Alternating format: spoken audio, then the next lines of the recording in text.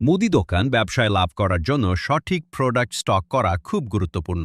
সাধারণত যেসব পণ্যের চাহিদা প্রতিদিন থাকে সেগুলো রাখলে বিক্রি ভালো হয় এবং দোকান দ্রুত চলতে থাকে। তাই আপনার মুদি দোকান ব্যবসার জন্য যে প্রোডাক্টগুলো স্টক করবেন: ১. নিত্য প্রয়োজনীয় খাদ্যপণ্য: চাল, ডাল, মসুর, মুগ, ছোলা, আটা ও ময়দা, লবণ, চিনি, তেল, আলু ও পেঁয়াজ। ২. প্যাকেটজাত খাবার: নুডলস, বিস্কুট, চানাচুর, chips, pasta, instant soup, chocolate ও ক্যান্ডি। ৩. পানীয় ও কোল্ড ড্রিঙ্কস: পানি, juice, soft drinks, energy drink.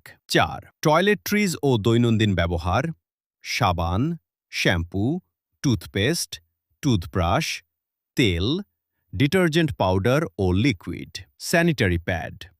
৫.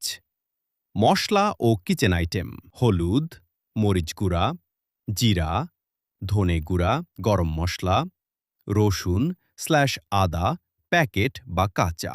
৬. Fresh item যদি সম্ভব হয়: ডিম, দুধ, রুটি/ব্রেড, সবজি, লোকাল চাহিদা অনুযায়ী। ৭.